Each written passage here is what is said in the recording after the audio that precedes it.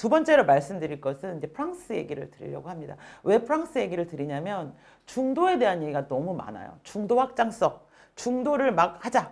중도 지향성. 근데 우리 중도라는 말 징글징글하냐. 도대체 중도가 뭐야! 이렇게 되잖아요. 근데 이제 제가 왜 마크롱의 말씀을 드리냐면 2017년 마크롱이 당선됐잖아요. 마크롱은 양당에 속하지 않은 소위 중도를 표방한 사람이에요. 근데 이 사람이 프랑스에서 파인트링님 감사합니다. 저 프랑스에서 당선이 됐거든요. 그 선진국에서 어떻게 그 프랑스는 대통령제예요. 내각제도 아니에요. 그러면 이 마크롱이 당선될 때 마크롱이 얘기하는 중도는 무엇이고 중도를 어떻게 포섭했는지 말씀드리겠습니다. 저는 이거 혹시 국민의힘 관계자 계시면은 한동훈 원장님한테 좀 전해주셨으면 좋겠습니다. 저 한동훈 원장님 사랑합니다. 하지만 아시겠지만 그래도 잘 아시겠죠 물론. 자, 2017년 마크롱이 당선됩니다. 프랑스에서. 이 사람은 양대 정당에 참여하지 않았던 중도적 자유주의를 포방하거든요. 마크롱이 한 유명한 말이에요. 자유주의가 인간에 대한 믿음을 의미한다면 자유주의자로 불리는 것에 나는 만족한다. 이렇게 얘기를 해요. 근데 실제로 2017년에 마크롱이 당선되잖아요. 2016년 4월에 프랑스인과 자유주의라는 여론조사가 있어서 굉장히 이제 신빙성 있는 여론조사였는데요. 이때 설문조사에서 자유주의를 가장 잘 대변하는 정치인 1위로 마크롱이 뽑힙니다. 중도를 표방했는데 프랑스인 그리고 59%가 자유주의를 선호한다고 응답했고요. 25세 이하의 경우는 66%가 나는 자유주의를 옹호한다라고 얘기했습니다. 그러면 국민의힘의 자유주의랑 뭐가 다른지 한번 볼까요? 다음 장 보여주세요. 자, 마크롱의 자유주의는요. 보시면 모든 사람에게 기회를 주는 프랑스예요. 즉 과정의 평등이지 결과의 평등이 아니었다는 거예요. 그래서 마크롱이 이 자유주의 정책으로 썼던 정책들을 보시면 기가 막힙니다. 우리나라 이렇게 했으면 큰일 납니다. 아마 민주당 난리 났을 겁니다. 첫 번째, 경제 위기에 대해서 국가 개입적인 해법을 탈피하겠다. 그래서 긴축 재정하고 인건비 절감하겠다고 하는 걸 들고 나오죠. 두 번째는 저 TAFTA와 CETA가 캐나다 프랑스 협정, 미국과 캐나다 프랑스 협정이거든요. 모든 정당이 반대합니다. 저 자유무역 협정에 대해서. 그러나 마크롱만 지지합니다. 우리 자유무역 협정 하겠다. 캐나다가 아니고 저 캐나다와 유럽. CAE가 캐나다, 유럽. 유럽 뭐지? 유럽 연합을 뭐라 그래? 유럽 연합이라 그러나? EU와의 자유무역 협정을 프랑스만 지지합니다. 굉장히 놀랍죠? 세 번째는 부유세를 감면합니다. 그리고 공무원 12만 명을 축소합니다. 이게 실제로 이 마크롱의 주장이었어요. 자유주의적 주장이었어요. 마크롱이 주장하는 자유주의의 실체였어요. 그 다음에 재정적자 비중을 프랑스가 재정적자가 되게 높았는데요. 유럽연합 기준으로 해서 국내 총생산 대비 3% 이하로 줄입니다. 긴축 재정에 들어갑니다. 윤석열 대통령이 하는 거랑 똑같죠. 그 다음에 기업 차원의 사회적 대화를 활성화한다고 해서 근로조건을 바꾸고요. 해고비용, 수업시당을 낮춥니다. 우리나라 같으면 폭동 나겠죠. 생산비용을 그래서 기업과 자영업자의 생산비용을 감소시킵니다. 그리고 제일 중요한 건 기업가 정신을 회복을 주장하면서 경쟁을 통한 생산성을 강화하겠다고 합니다. 이게 마크롱이 얘기하는 중도적 자유주의입니다. 그런데 이거에 대한 프랑스인의 지지가 59%, 청년의 경우는 66%였다는 것을 기억해야 됩니다. 저는 대한민국 청년들에게 이 정책을 얘기하고 이 자유주의 정책을 지지하느냐고 물으면 저는 70% 이상 지지할 거라고 믿습니다. 대한민국 청년들은 적어도 이런 자유주의에 공감하고 이해할 수 있다고 생각하고요. 결국 기업과 자영업자가 살아서 이 생산하기 좋은 나라, 기업하기 좋은 나라를 만들었을 때 프랑스의 경제적 위기가 해결된다고 생각했고요. 이게 마크롱이 얘기하는 중도주의였어요. 다음 장을 보여드릴게요. 자, 그러면 이 마크롱의 중도 자유주의 노선의 특징은 뭐냐면 우리는 중도를 뭐라고 얘기하냐면 양당 중심의 낡은 정치를 양당 중심을 벗어나는 걸 좌파와 우파 사이에 어디쯤에 중도가 있다고 생각하지 않습니까? 마크롱은 그렇게 생각하지 않았습니다. 마크롱의 중도 노선은 좌파와 우파 사이의 모호한 중간이 아니고 자유주의적인 대안을 의미했던 거예요.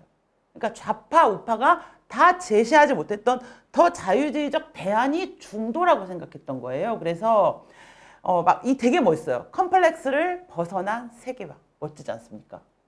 그래서 좌파 대 우파가 아니고 이제 전선을 어떻게 치냐면 세계화주의 대 국수주의를 칩니다. 근데 이때 아니 해경영 은하클리닉에 인사하시는 김희진 교수님 감사합니다. 자, 그래서 저기 드골의 디리지즘이 있고 기존 자유주의가 있잖아요. 드골주의가 뭐냐면 대통령의 권한을 강화한 정부의 힘을 강화한 공화주의예요. 근데 이거를 그것과 기존의 자유주의가 이렇게 싸우고 있는 와중에 마크롱은 중도 자유주의 노선을 표방하면서 전선을 바꿔버립니다. 극우 포퓰리즘과 마크롱의 자유주의로.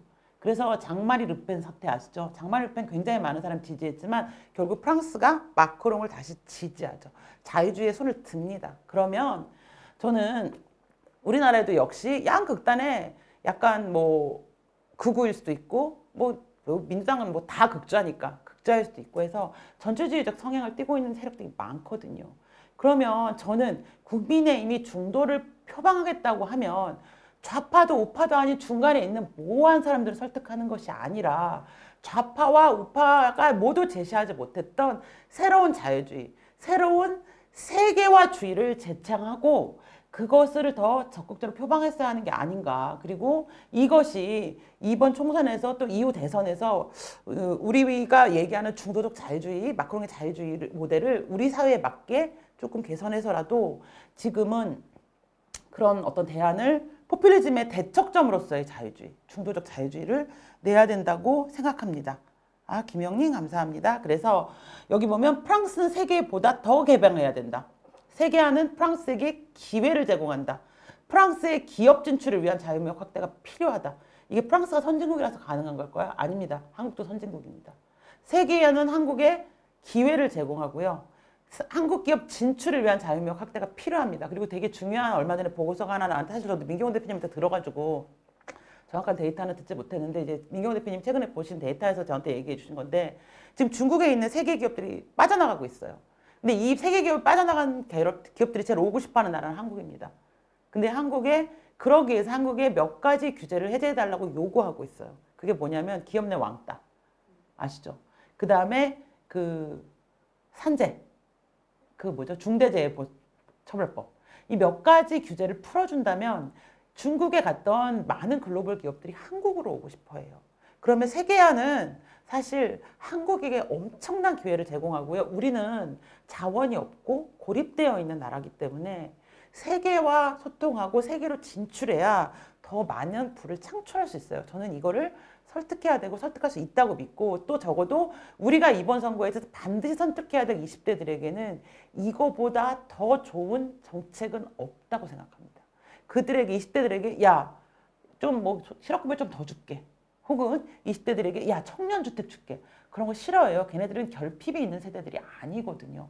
걔네들이 필요한 건 지금 당장 내 주머니에 들어오는 몇 푼의 돈이 아니에요. 알바 자리도 많고요. 대부분 부유하게 자랐고요. 우리처럼 어렵게 자랐지 않았기 때문에 지금 내 주머니를 채워줄 몇 푼의 돈이 아니에요.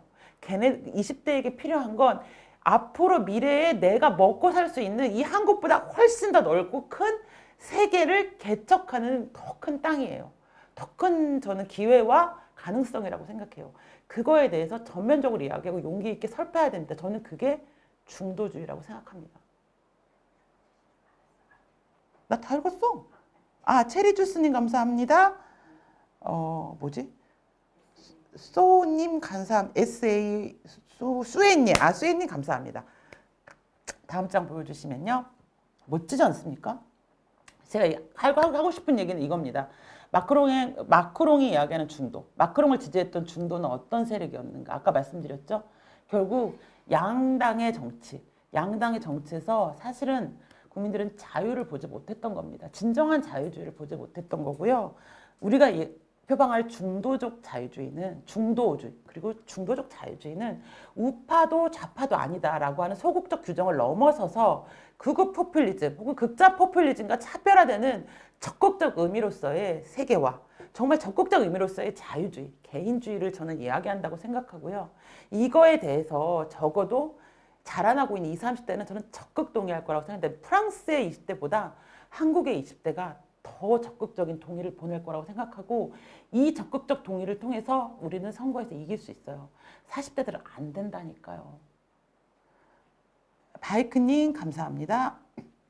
그래서 제가 이거를 이제 이것도 어제 밤을 새서 사실 이 논문 출처를 다 밝혀야 되는데 안 밝히면 혼나나? 끝날 때 밝힐게요. 제가 이게 다 논문들을 찾아봐가지고요. 이 다 전문가들 논문 찾아서 사실 제가 더 틀릴 수 있어요. 여기 전문가들이 들어와서 저 틀렸으면은 그냥 이해하시고 댓글에 살짝 뭐 틀렸는지만 달아주세요. 근데 제가 이제 논문 발췌하면서 제가 나름 이해한 대로 정리를 좀 해봤습니다. 그런데 지금 한국에서는 정치적 양극화가 사실 굉장히 큰 문제라고 이야기를 하거든요. 그리고 이제 또 우리가 최근에 이제 일련의 사태 속에서 되게 이제 많이 실망하기도 하고 어렵기도 했어요. 근데 지금부터 제가 드릴 얘기는 사실은 국민의힘 쪽에도 드리는 거고요. 그리고 우리 시청하시는 보수 시민들에게도 드리는 이야기인데요. 저는 무조건 단결하자라고 말하고 싶지 않습니다. 그러나 우리가 단결해야 되는 이유는 있거든요. 이번 총선은 꼭 이어야 돼요. 앞에 베네수엘라 사례를 얘기했던 것은 여러분들이 생각하기에 야 그래도 저런 우리가 보기엔 마음에 안 드는 저 듣보잡들 저 좌파들 같은 위장보수들 국회 가면 되겠냐라고 생각하지만 그래도 적어도 저 위장보수들 그 듣보잡들은 민주당이 하는 기본소득이나 아까 말씀드린 그런 위원회 정치나 혹은 그런 대도 않는 노무현이즘이나 이런 것들을 가지고 막 검찰 독재나 이런 거를 가지고 우리를 흔들지는 않을 거거든요. 그래서 지금은 베네수엘라식 극단주의를 막기 위한 투표를 하셔야 된다. 두 번째, 그러나 우리가 궁극적으로 품고 가야 할 지향은 중도라고 하는 모호한 대상이 아니고 자유주의에 동의하는 그리고 미래 세대, 세계를 향해 나아갈 미래 세대를 개척해야 된다. 그리고 그 미래 세대와가 공감하고 함께 할 수 있었던 거는 저는 자유주의라고 봅니다. 그래서 중도적 자유주의라는 저는 마크롱의 이 말이 너무나 좋았고요. 물론 마크롱에 대한 평가가 여러 개 엇갈릴 수 있지만 마크롱은 이랬기 때문에 그 당시에 프랑스의 양당, 거대 양당이 아니었음에도 불구하고 집권할 수 있었던 거거든요. 그리고 두 번의 집권을 했잖아요. 그러면 우리가 민주당에게 정권을 빼앗기지 않고 앞으로 장기적인 집권을 하고 정치 무관심증 혹은 중도층을 포괄한다라고 하는 것에 있어서 중도층의 눈높이를 맞춰서 좌도 우도 않은 정책을 내자는 게 아니고 좌도 우도 내지 못했던 또 다른 대안을 내면서 중도층의 마음을 사로잡아야 하고요. 그리고 그거에 동의하는 중도층만 잡아야 되는 겁니다. 중도가 많은데 그냥 야 얘도 중도 쟤도 중도니까 그리고 우리가 국민의 눈높이는 어디냐고 그랬잖아요. 국민의 눈높이가 A부터 D까지 뭐 F까지 있다면 그중에 우리가 주로 타겟팅하고 가장 많은 중도층이 합의할 거고 또 이후에 가장 건강한 대한민국의 세력으로 함께할 수 있는 중도층은 뭐냐면 저는 자유주의에 동의하는 중도층이라고 생각합니다. 그래서 지금은 서로 간에 막 정치적인 막 공방이 계속되면서 중도층이 늘어나고 있는 거거든요. 그러면 우리는 어떻게 해야 되냐면 중도층이 공감할 수 있는 더 과감하고 공세적인 자유주의를 표방하면서 한국은 세계로 나아가야 한다. 세계는 한국의 기업이, 한국의 젊은이들이 진출할 드넓은 세상이다. 기회다. 그렇기 때문에 이 민주당이 얘기하는 이 국수주의 맨날 반일반을 하잖아요. 저는 야 반일머리 그만해가 아니고 그래 반일해서 어떻게 할 건데. 그러면 일본하고 외교 단절할 거야? 요소수 한국에서 생산하겠다고 했던 그 해프닝을 또 할 거야? 반일해서 어떡할 건데? 한국이 세계와 협력하지 않고 어떻게 나갈 건데? 라고 하는 질문을 던지고 그럼 세계에 협력하는 와중에 일본을 빼고 협력이 가능하니? 라고 물어봐야 된다고 생각합니다. 일본을 빼고 협력하겠다는 거는 북한, 중국과 협력하겠다는 거거든요. 일본을 빼고 어떻게 다른 세계와 협력하겠어요? 국제기구에 뭐 일본이 빠진 데가 뭐가 있어요? 자유주의 국제국에는 일본이 빠진 기구가 하나도 없습니다. 일본과 단교하겠다는 거는 반일머리를 계속하겠다는 거는 세계화를 안 하겠다는 거예요. 그러면 이 한국이 저는 사실 노무현 대통령을 저는 모든 분들이 욕하시겠지만 노무현 대통령의 정책에 대해서 많이 비판하지 않고 좌파가 죽였다고 항상 얘기하는 이유는 노무현 대통령이 한미 FTA를 했던 정신에 대해서 저는 공감합니다. 그 좌파 출신이었음에도 불구하고 그게 문재인과 노무현의 차이거든요. 문재인은 끝까지 자기의 어떤 그 낡은 이념을 버리지 못하고 대깨문의 노예가 됐지만 노무현은 과감하게 지지층의 욕을 먹고 한미 FTA 체결했거든요. 그게 노무현과 문재인의 다른 점입니다. 그래서 노무현 대통령은 한미 FTA를 체결했기 때문에 좌파들에게 죽임을 당한 거라고 저는 생각해요. 그게 양문석 사태입니다.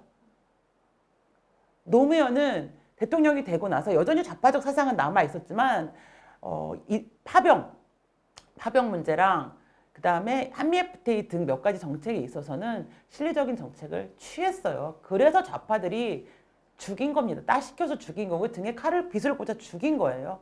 저는 그렇게 생각하고요. 그래서 적어도 니네가 사랑하는 노무현 대통령도 한미 FTA 체결했어. 그리고 한미 FTA는 굉장히 잘 체결된 협정이잖아요. 그런 것들에 대해서 좌파로 설득할 수 있어야 됩니다. 세계로 나가야 돼. 네가 그렇게 사랑에 맞지 않고 눈물을 뚝뚝 흘리고 검찰이 죽였다는 그 노무현도 세계로 나가야 되고 미국과 손잡아야 되는 거에 동의했다는 것에 대해서 저는 좌파들한테 이야기해야 되고 우리가 세계로 나가기 위해서 일본과 단교하는 게 맞니? 라는 것들에 대해서 의문을 던지셔야 된다고 생각이 듭니다. 그리고 우리 보수 세력들은 중도를 표방한다라고 하는 말을 모호하게 받아들이지 마시고요. 중도를 어떻게 표방할래? 중도적 자유주의. 더 나은 좌우의 중간 지점이 아닌 애멀모호한 실체가 없는 중간 지점이 아니고요. 더 큰 자유주의라고 하는 더 큰 이념으로 세계를 무대로 함께 갈 파트너를 표방한다. 우리가 포함하고 포괄하고 안고 가야 된다. 그리고 그들을 정치 무관심층에서 선거장으로 손잡고 데리고 나와야 한다. 이렇게 설득하시면 좋겠다는 생각이 들었습니다.